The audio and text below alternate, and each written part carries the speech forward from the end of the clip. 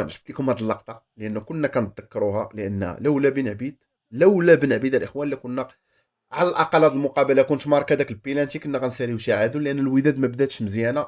والحاجه الاخوان اللي كانت كتبقى فيا هو ملي كنشوف لعابه تكنيكمون مزيانين تخليني عليهم بواحد السهوله من بلا ما نهضر الاخوان، بسبب الرئيس، بسبب التخربيق ديالو. كان عندنا لوش كويري، كان عندنا عزيز كي كويري، كان عندك نعمه سيد الزمراوي، كان عندك اونزو، يعني الكويريه كاع صيفطهم وخلى لك راكم عارفين. المهم الاخوان، اليوم الوداد غيتوجه لمراكش الاخوان ان شاء الله بحول الله، والانظار كلها غتوجه ضغط كبير على كارتيرون وعلى الوداد بطبيعه الحال الاخوان.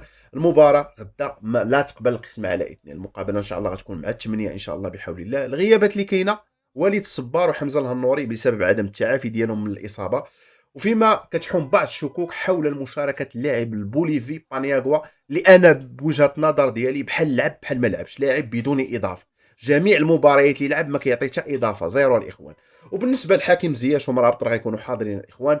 المباراه اللي غتشهد العوده ديال الثنائي اللي غاب فتره كبيره، اللي هو البرازيلي فيريرا والهولندي بارك مايرز الاخوان. اكثر لعاب فرحان ليه هو فيريرا الاخوان.